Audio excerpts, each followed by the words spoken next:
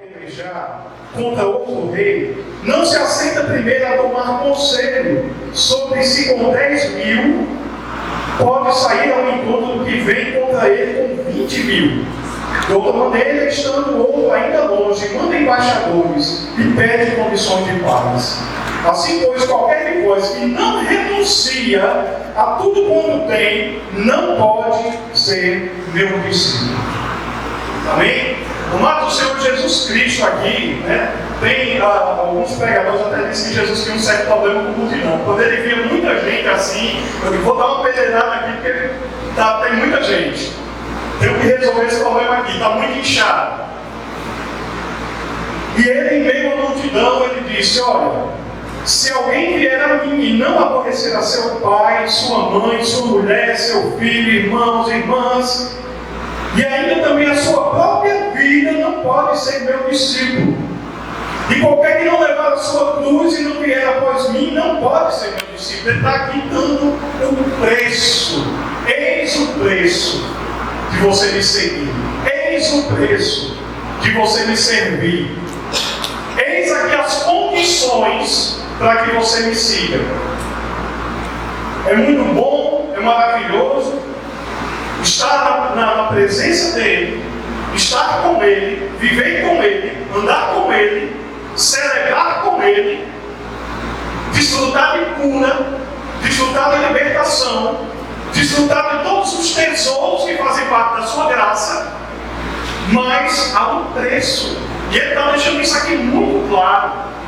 Muitas vezes quando nós, irmãos, eu não sei você, mas eu pelo menos assim, quando eu fui evangelizado, era interessante que as pessoas que chegavam para mim para falar do Senhor Jesus Cristo, assim, olha, vem para Jesus, rapaz, aceitar Jesus, que olha, dor, vai passar, né? Tribulação, os seus problemas, tipo, tabagiado, os seus problemas acabaram.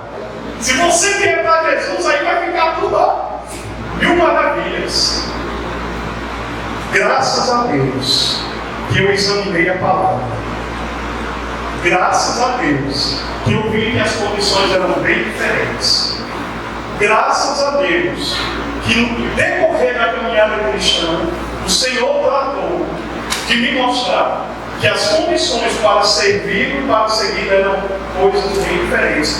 Não que em Cristo Jesus, amados, qualquer um de nós não tenha realmente abundância de amor, que nós não tenhamos uma vida em que haja o tempo todo a provisão do Senhor, a graça do Senhor, o Senhor derramando isso abundantemente, o Senhor trazendo prosperidade, o Senhor trazendo paz, o Senhor fazendo com que os membros da nossa família se convertam, com que coisas tremendas e maravilhosas aconteçam conosco. Mas não é só isso. A vida cristã não consiste só nisso.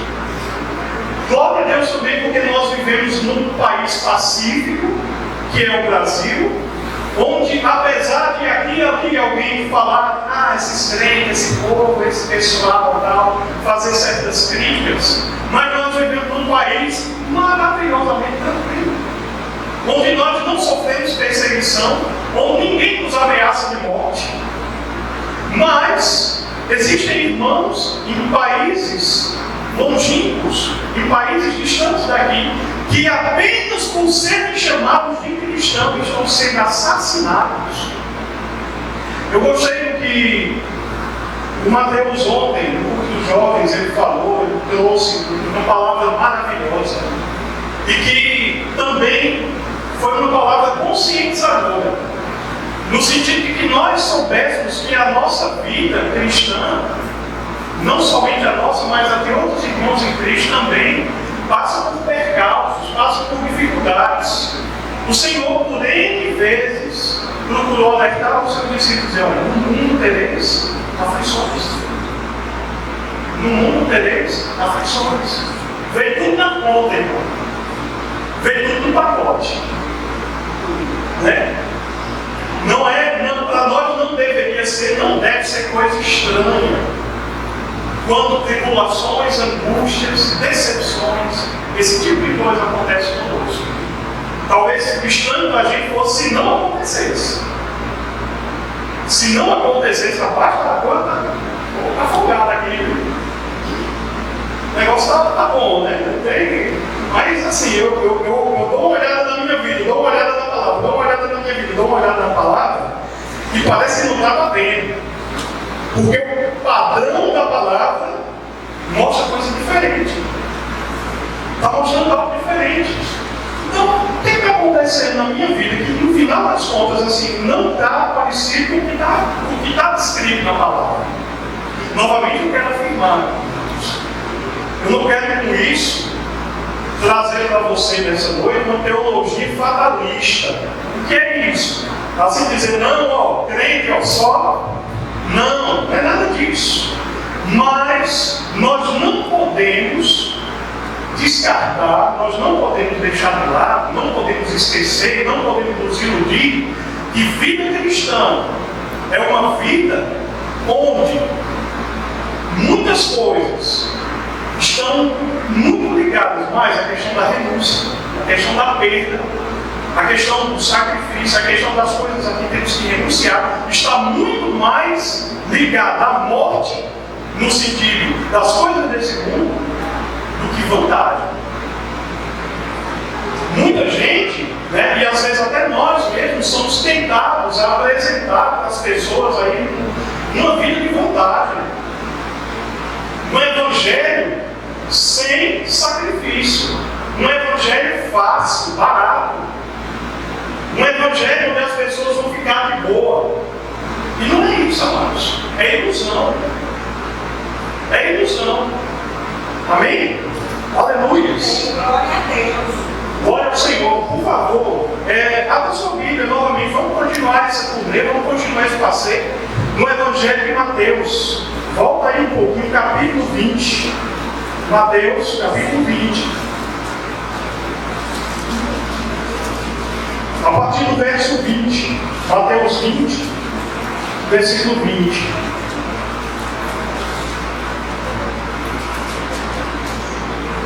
Jesus, ele nunca teve vergonha, irmãos. Em momento nenhum. Ele deixou de ser transparente com os seus discípulos, como ele também não deixa de ser transparente conosco. Diz o seguinte: então se aproximou dele a mãe dos filhos de Zebedeu, no caso Tiago e João, com seus filhos, adorando-o e fazendo-lhe um pedido. E ele disse: que queres? Ela respondeu: dize que estes meus dois filhos se assentem, um à tua direita e outro à tua esquerda, no teu reino.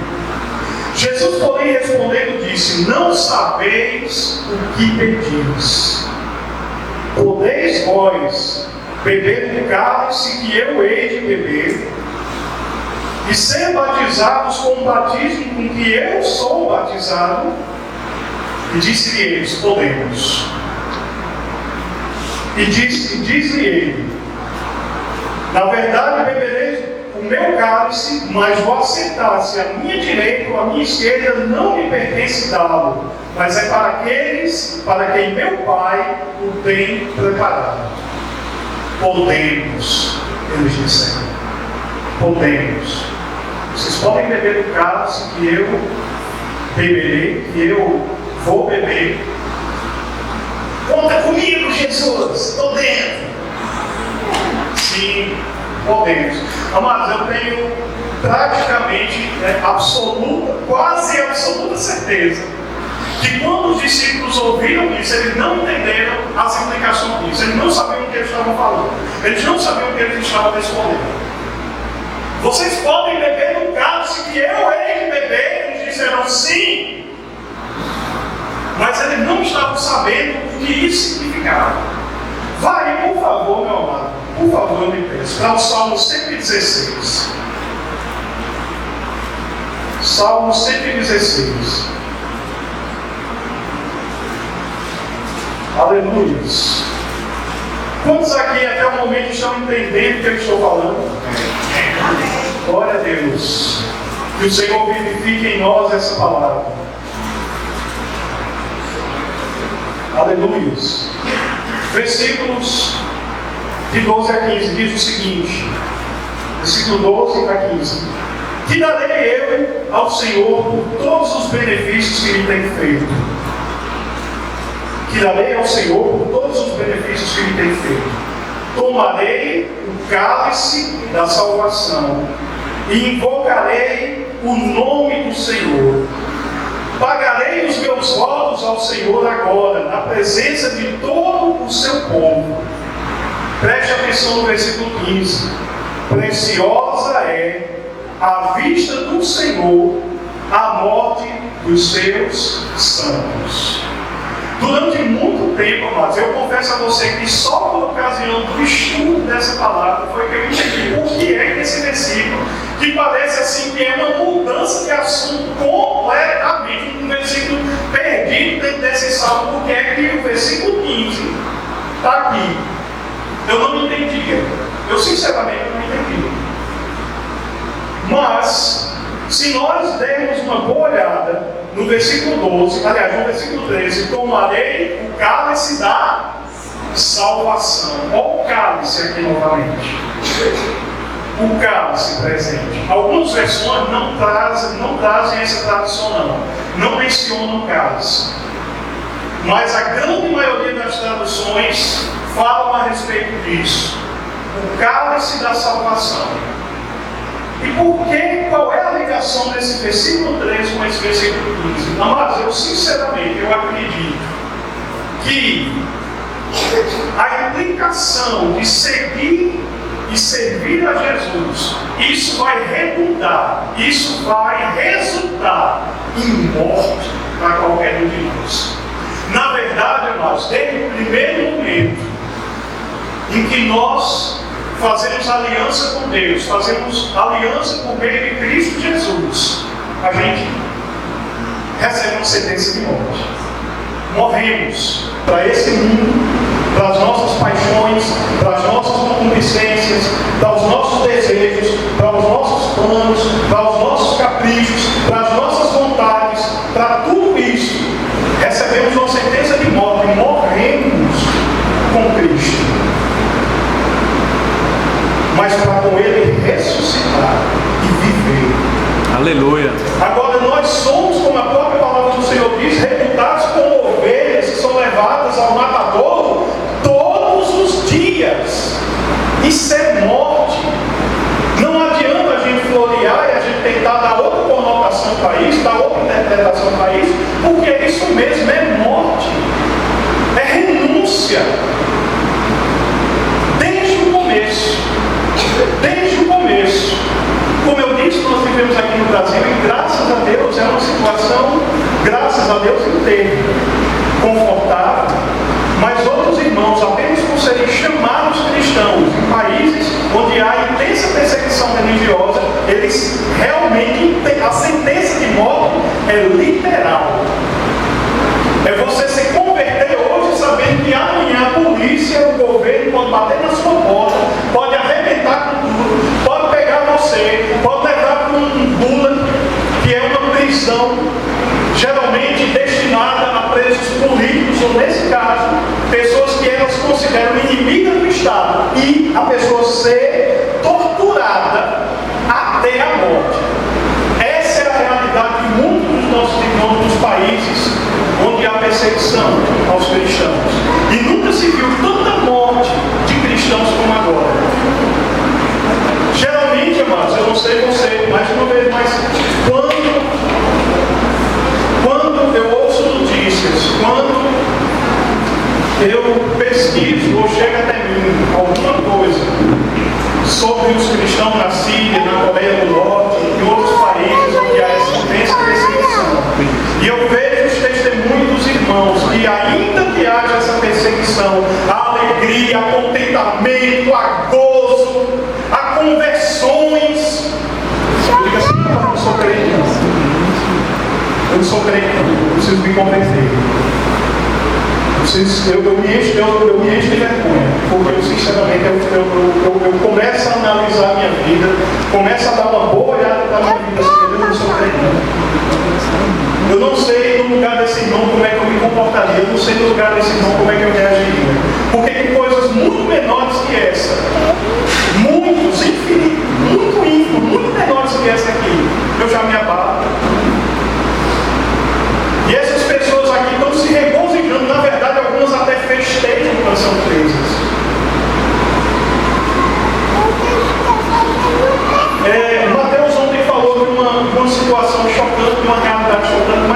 isso, amados, é para que nós despertemos. Eu gostei muito dessa palavra. Foi uma das palavras assim, que saltou dentro de mim, no meu espírito, a palavra despertar. Nós precisamos ser despertos. Nós precisamos acordar para a nossa realidade espiritual. Para a gente dar uma boa checada aqui dentro, uma boa olhada dentro de nós. E nós avaliarmos e nós examinarmos se eu sei assim, de fato, eu estou seguindo ao Senhor e servindo ao Senhor como eu deveria. O Senhor deu tudo de si. O Senhor se comprometeu completamente. E eu estou totalmente comprometido. Tem uma história muito interessante, amado, sobre uma festa. E havia a galinha e o porco. Né? Na verdade não era uma festa, desculpa, era um café da manhã. E estavam conversando a galinha e o porco. E a galinha, né, disse, olha que coisa maravilhosa, eles agora vão tomar café. E os meus ovos vão servir para alimentá-los. Aí o porco se virou para a galinha e disse assim, você tem motivo para você estar feliz, porque você está oferecendo algo para você que a princípio não vai lhe custar tão caro, mas para mim, eles vão comer, vai representar tudo, porque eles vão comer ovos com bacon. Essa historinha, mas é para a gente ter uma noção do nível de comprometimento. A galinha estava envolvida, mas o povo estava comprometido. Com Cristo é algo semelhante. Nós não podemos estar simplesmente envolvidos com os tempos. O cristianismo é isso. A proposta de Deus não foi essa para nós. Com Cristo nós temos que estar completamente comprometidos. Completamente comprometidos. Amém? Aleluia. Por favor, abra aí no livro de Atos. Atos, no capítulo 21.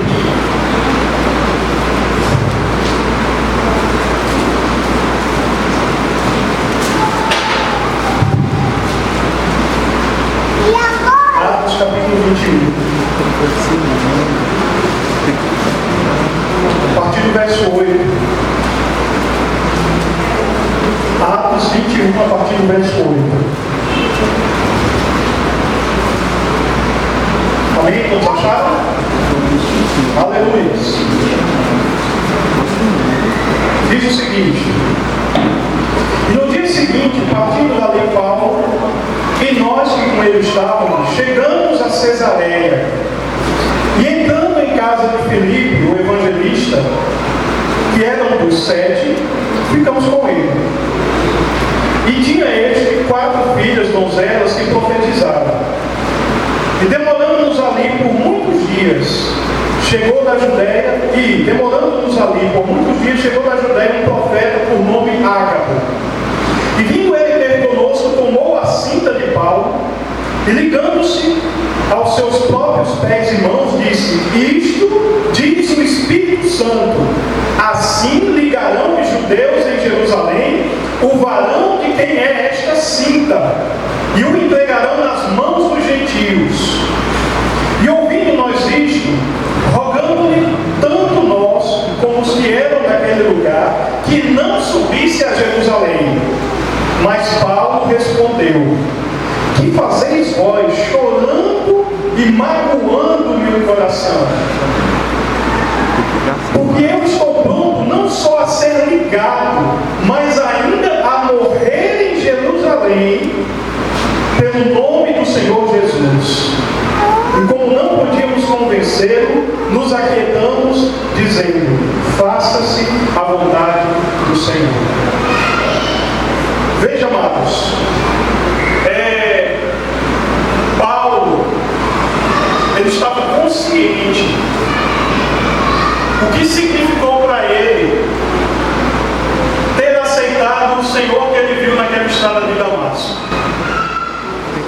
Você, esposa, você, marido, talvez tenha passado também por situação semelhante. Até o momento, você, filho, filha, até o momento em que você estava no mundo, fazia as coisas do mundo, fazia o que agradava ao mundo, e o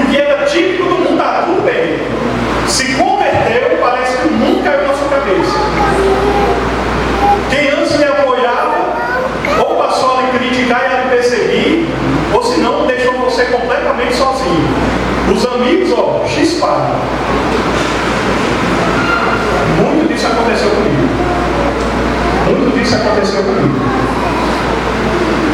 Então vou dar uma síntese rápida que eu poderia sair. Tem muito mais coisas. Tem muita coisa realmente aqui que a gente poderia explorar nessa noite. Mas eu fiz uma pequena compilação aqui de algumas coisas do que cristianismo, nessa perspectiva, significa. Cristianismo é porta estreita, é caminho apertado, são tribulações, angústias, sofrimentos, perseguições, traições, renúncia, perda, ou seja, é morte. E às vezes até literal. E aí, está afim ainda? Está lento ainda? Está ciente agora? É isso. Cristianismo é isso aí. Não é Coca-Cola não, é cristianismo. Cristianismo é isso aí. É algo mais que isso também. Porque nenhuma dessas perdas, nenhuma dessas coisas, as quais nós perdemos, renunciamos e para as quais nós morremos, elas não ficam perdidas, digamos assim, para sempre. Lembre-se de Abraão. Abraão foi pedido que desse o seu filho, o seu único filho. E a Bíblia, eu acho muito interessante isso. A Bíblia não relata qual foi o estado emocional de Abraão depois que Deus disse para ele: obedeça a filho. Ela não diz assim: Abraão ficou, ficou chateado, ficou triste, ficou amargurado, chorou. Não fala nada disso. Não fala nada, não menciona um silêncio na Bíblia em relação a isso. Diz o que ele fez, qual foi a atitude dele. Eu já tive experiência, mano. Minha esposa sabe muito bem do que eu estou falando. E me foi pedido, num determinado momento, me foi pedido uma coisa que eu considerei cara, tão cara, o sonho de uma vida. Só Deus sabe como foi que eu fiquei, mas eu disse, eu dou. E porque eu dei, eu ganhei. Porque eu renunciei, porque eu disse, não, Senhor, entre isso que eu considero tão caro, e o Senhor, eu prefiro o Senhor. E porque eu renunciei, isso veio para mim de uma forma tão extraordinária. Eu espero um dia ter a oportunidade de contar aqui, resumidamente, que é muita coisa, dar um best-seller, se eu for contar, mas eu espero um dia ter a oportunidade de contar o testemunho do meu casamento. Deus me pediu isso de alguma forma.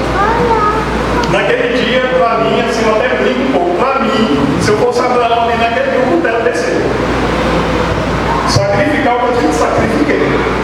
Amém?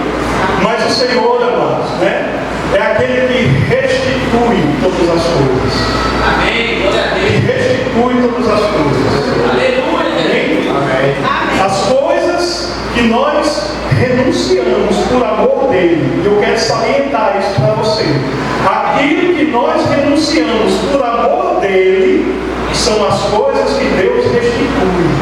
Quando essas coisas não possuem o nosso coração, não se apoderam do nosso coração, e nós liberalmente nós damos ao Senhor, isso volta para nós de forma gloriosa. Amém? Aleluia. Aleluia. Então, amados, olha, a Bíblia está recheada de referências, está recheada de coisas em que nós podemos constatar que a vida de cristão, amados, não é uma vida, digamos assim, do ponto de vista do mundo, não é uma vida fácil. Do nosso ponto de vista, não. Olha, o Senhor disse que os mandamentos do Senhor não são pesados. Meu Deus, tenha misericórdia de mim, eu tenho uma certa dificuldade de lidar com esse versículo. Porque eu sei o que isso implica. Eu sei o que isso vai resultar para mim. Eu sei o que existe por trás disso, eu sei. E é bom que todos nós aqui, amados, saibamos disso. É bom que todos nós aqui tenhamos conhecimento disso. Eu não sei quantos anos de cristão você tem. Eu não sei se você é um recém-convertido, algumas pessoas aqui provavelmente o são, mas desde agora e para o resto da sua vida, nessa terra, fique sabendo que vida de cristão não é uma vida fácil, mas é uma vida gloriosa. Eu gosto muito do versículo lá em Romanos, certo, que as aflições desse tempo presente não se podem comparar com a glória que em nós se revelará. As aflições desse tempo presente não se comparam com a glória que um dia há de ser revelada sobre todos nós. Aleluia! Tem glória, irmãos. Olha, se a minha morte, se a minha renúncia, se a minha perda, se as coisas das quais eu abdico, eu lanço fora, se isso resultar em glória para Deus, eu faço de bom grado. Eu quero fazer de bom grado.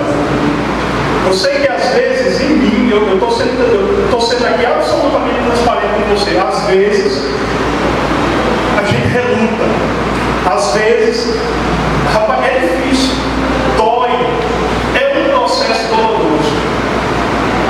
Eu não quero aqui jamais, nas oportunidades que eu tiver de poder falar com a igreja, seja todos vocês aqui ou pessoalmente cada um de vocês, eu não quero passar uma ideia de que tomar determinadas decisões por perder, por abdicar, por renunciar, por morrer, seja algo fácil.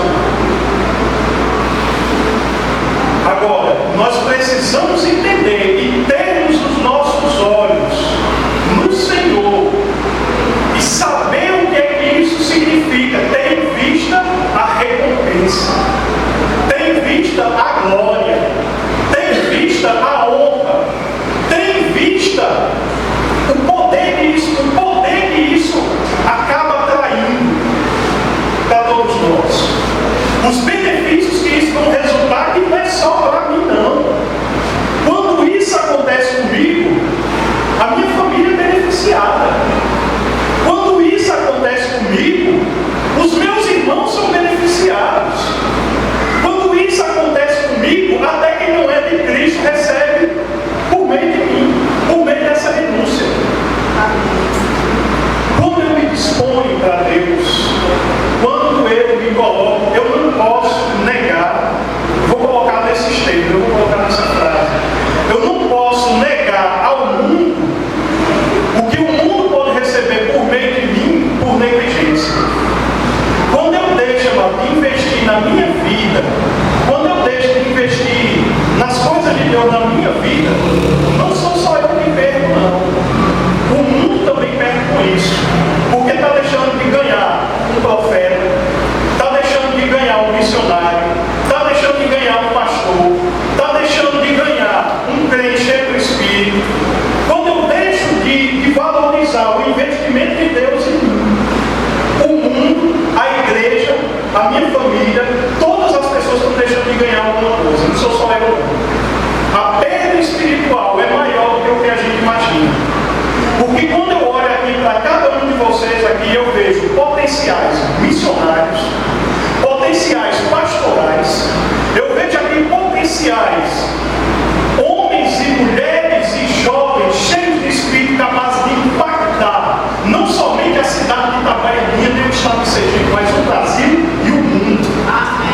É o que eu vejo. Eu olho aqui nessa plataforma aqui, e eu estou vendo isso. E você, o que vê? Você, quando você olha para o seu irmão, você, quando olha para você mesmo no espelho, o que você vê? Quem você vê? Nós precisamos olhar para nós mesmos, para as pessoas, para o mundo, da perspectiva de Deus e ver as coisas do ponto de vista de Deus, amados, pela palavra. Porque o mundo precisa disso que um dia foi investido e derramado na nossa vida. Basta que eu e você, nós entendamos que isso tem um valor, tem um preço e tem uma implicação. E nós corramos atrás disso, e nós busquemos isso. E não nos deixemos embaraçar por coisa alguma desse mundo. Eu gosto de um versículo, com licença, lá em 2 Timóteo, capítulo 2, acho que verso 2, eu não tenho certeza, 2 ou 3, que diz assim: sofre, pois, comigo nas aflições, como bom soldado de Cristo. Não chamado para sofrer. Vem sofrer. Talvez se fosse eu chamasse aqui, o Tairone até ontem, no instante ele brincou, rapaz, agora só está faltando Se rolasse o convite para a pizzaria aqui, todo mundo ia animado. Agora, se rolar o convite para sofrer, será se alguém ia? Sofre, pois, comigo. As aflições, como bom soldado de Cristo. Aleluias. Abra, por favor, rapidinho aí. Eu estou acabando, viu? Eu quero dar essa impressão para você que eu estou acabando. Vamos lá. 1 Pedro.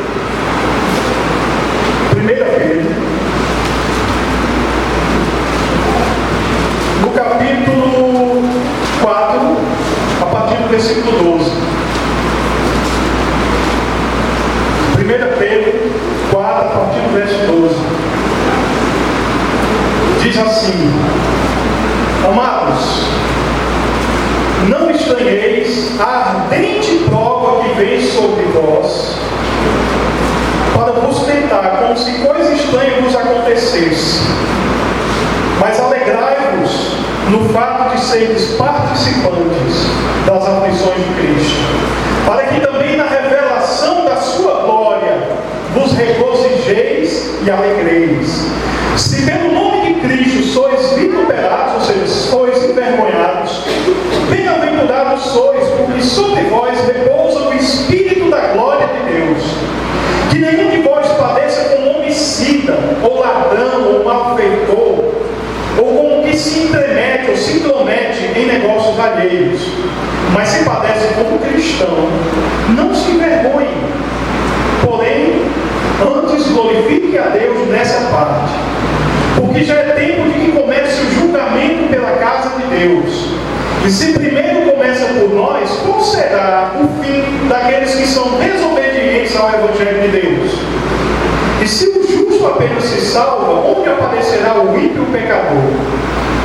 Portanto, também, os que padecem segundo a vontade de Deus, encomendem-lhes as suas almas como ao fiel Criador, fazendo o bem.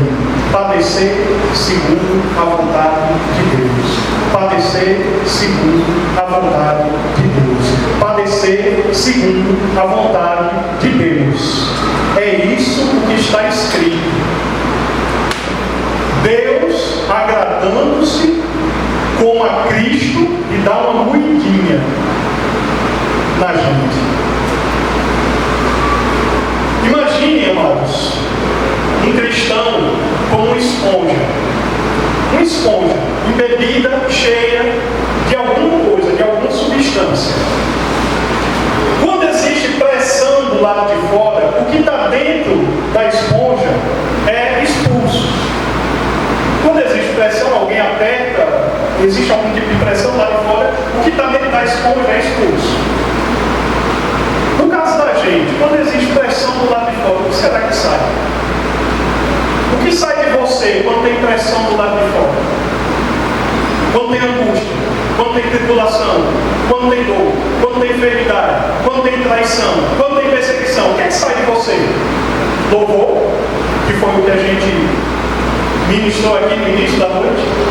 É glória, é aleluia, é o canto da vitória que no meio pentecostal tanto se fala. O que é que sai de você quando você é apertado? Quando você é pressionado, o que é que você libera? É algo para a gente pensar, mas e refletir nessa noite. Seguir a Cristo, servir a Cristo tem um preço. Se você, durante todo o período da sua vida cristã, você nunca considerou isso, você nunca ouviu falar disso, isso parece coisa estranha para você, então reveja os seus conceitos. Falo isso com todo amor e carinho, no amor de Cristo para você. Reveja os seus conceitos. Reveja os seus conceitos porque eu gosto de um versículo que poucas pessoas conhecem, eu acredito, em que o Senhor Jesus Cristo, ele falando mais uma vez abertamente com os seus discípulos, e parece que os discípulos, por mais que ouvissem isso, parece que assim, entrava por aqui e saiu por aqui, eles não entendiam. Parece que só quando o Espírito de Deus entrou neles é que eles passaram a entender. Jesus, ele chegou para os seus discípulos e disse o seguinte: se ao ramo verde eles fazem estas coisas, quanto mais aos ramos secos. Jesus estava se referindo a ele mesmo. Eu sou a videira verdadeira, o ramo verde. sou eu que estou vicejando de vida. Se eu que sou o príncipe da glória, o príncipe da paz, se eu sou Deus e me apresentei diante deles e vim trazer para eles salvação, libertação, cura, se eu que estou vicejando da vida de Deus, eles estão agindo, eles estão me perseguindo, eles estão tentando me matar, eles estão agindo dessa forma comigo, quanto mais com vocês, vamos ser isso. Quanto mais com a gente, vamos ser isso. Amados, existe um caminho que eu sinceramente acredito na vida cristã, no trajeto da vida cristã, onde, se vamos participar da glória do Pai por meio do Filho, nós vamos participar das aflições do Filho também. Não faz sentido nós sermos discípulos de Cristo e não sermos imitadores dele em todos os sentidos. Com isso, eu não quero dizer para você, eu estou sendo cuidadoso aqui com você sempre, novamente explicando que a vida cristã não é só lapada, não. Agora, para muitas vezes nós desfrutarmos de glória, de milagres, de restauração, de tudo o que é bom e que vem no pacote da salvação, nós também participamos das tribulações, das angústias, das aflições, das perseguições, de tudo. E quando passarmos por essas situações, que a alegria não seja só uma canção que a gente canta, se eu passar pelas águas não me afogarei, se eu passar pelo fogo não me queimará. Não seja só uma canção, não, seja uma realidade em nós. Que seja algo real, que realmente alguém, o mundo, as pessoas, nós sejamos como um espetáculo para o universo, para os anjos, para o mundo, para os demônios. As pessoas olhem assim, rapaz, verdadeiramente, esse teve um encontro genuíno e verdadeiro com o Senhor Jesus Cristo. Amém? Amém. Então, amados, finalizando, eu queria apenas deixar algumas poucas frases que falam a respeito do preço, falam a respeito do custo de determinadas coisas na vida cristã. O preço da comunhão é a tolerância. A palavra do Senhor diz, suportai-vos uns aos outros em amor. Está dizendo que está cristão. Por que o Senhor diria para a gente suportar o outro em amor? A palavra não é outra, não, é suportar. Às vezes a gente tem aquela dificuldade, às vezes, de lidar com as imperfeições à nossa volta, as imperfeições dos irmãos, as imperfeições das pessoas que estão no mundo. Com relação ao mundo, o mundo faz aquilo que é próprio dele. O mentiroso, ou seja, a pessoa que não conhece a Cristo, que ainda permanece no mundo e que tem por pai o diabo, ele vai fazer o que lhe é próprio. Você não pode esperar que a mangueira dê laranja ou que o pé de jaca dê uva. Está fazendo o que lhe é próprio, está frutificando conforme a sua espécie. Agora, nós aqui na igreja, no seio da igreja, nós estamos passando por um processo de transformação. Nós estamos caminhando, amados, para a perfeição. Somos aperfeiçoados de glória em glória. Mas no decorrer do nosso relacionamento, da nossa caminhada cristã, nós vamos encontrar pessoas, se não nós mesmos, que damos trabalho. No sentido de que, aquele irmão ali, paciência com ele. E não é à toa, é para nós que o Senhor está dizendo através da sua palavra, suportai-vos uns aos outros em amor. Isso não nos desqualifica, isso não nos desclassifica para a salvação. Isso não quer dizer que não podemos nem amar nem ser amados. Precisamos entender isso. Que todos nós, em algum ponto, em alguma questão da nossa vida, nós falhamos. Nós não somos perfeitos. E toda vez que nós olhamos para nós mesmos, sinceramente, para nós mesmos, e nós, meu Deus, eu estou falando isso. Se nós somos pacientes com com as nossas próprias falhas, por que não ser paciente com a falha dos outros? Será que só eu posso, digamos, não, deixa pra lá. E com o outro, eu não posso ser paciente. Amém? Então, o preço da comunhão, amados, entre nós é a tolerância. Amor só se desenvolve num ambiente coletivo. Fora disso, não tem como haver amor. Interessante que o fruto do Espírito que é descrito na palavra, né, se não a totalidade, a maioria esmagadora daqueles 9 frutos ali, todos eles estão, quase todos eles, se não a grande maioria, como eu disse, estão relacionados à coletividade, ao relacionamento de uns para com os outros. Está difícil encontrar um fruto do Espírito ali que não dependa do outro para ser desenvolvido. Amor, o principal. Tem amor sem o outro? Me diga se tem. Tem amor sem o outro? Até para amar depende de você. Amém? Amém. Aleluia. O preço da intimidade, ou seja, da presença de Deus, é a busca e a obediência. Como desenvolver uma relação de intimidade com Deus sem busca? Sem se relacionar com Deus? Como é que a gente pode se considerar de fato cristão, genuíno, verdadeiro, autêntico, sede de autenticidade, sem se relacionar com Deus? Sem querer nada com Deus? Sem buscar por meio da oração, da adoração, da palavra? Como é que a gente pode conceber cristianismo de verdade, cristão de verdade sem essas coisas? Não dá. Então o preço só é para você. É busca. São essas coisas. O preço do milagre é fé incondicional. Você quer milagre? Creia no seu coração. Você quer solução? Você quer resposta? Creia. É o preço. É a moeda. Se é que a gente pode chamar assim. Mas deixa eu dar um termo melhor para isso. A constituição do reino de Deus, o ponto central, depois do amor, existe a fé que opera pelo amor, mas a condição, digamos assim, a lei é a fé.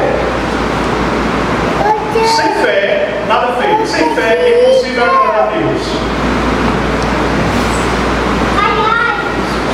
Então, amados, como diz a palavra do Senhor lá em Hebreus, todo aquele que se aproxima de Deus deve crer que Ele existe e que Ele é presenteador, galardoador daqueles que o buscam. Deve crer nele e acreditar que Ele é capaz de fazer muito mais abundantemente além de tudo aquilo que nós pedimos ou pensamos, segundo o poder que Ele nos opera. Amém? O preço do avivamento, e nós temos falado, né, muito acerca disso. As questões que nós abordamos aqui acerca de oração, as questões que nós abordamos aqui. Eu quero finalizar dizendo o seguinte. Está escrito lá em Mateus capítulo 11, 12, que o reino de Deus é tomado à força. E até agora se faz violência para se apoderar dele. Eu entendo isso, que apesar do Senhor, como eu disse no início, de graça nós recebemos daquilo que Deus nos deu por meio de Jesus Cristo, existe da nossa parte um posicionamento, deve haver da nossa parte um posicionamento para nós trazermos a realidade do reino de Deus para esse mundo, para que haja cura, libertação, para que haja arrependimento, para que as pessoas venham aos pés da cruz, confessando seus pecados e as suas culpas, arrependidas de todo o seu coração. Nós precisamos trazer isso, há de nossa parte um comprometimento. Lembra da questão do comprometimento que eu falei? Um comprometimento total.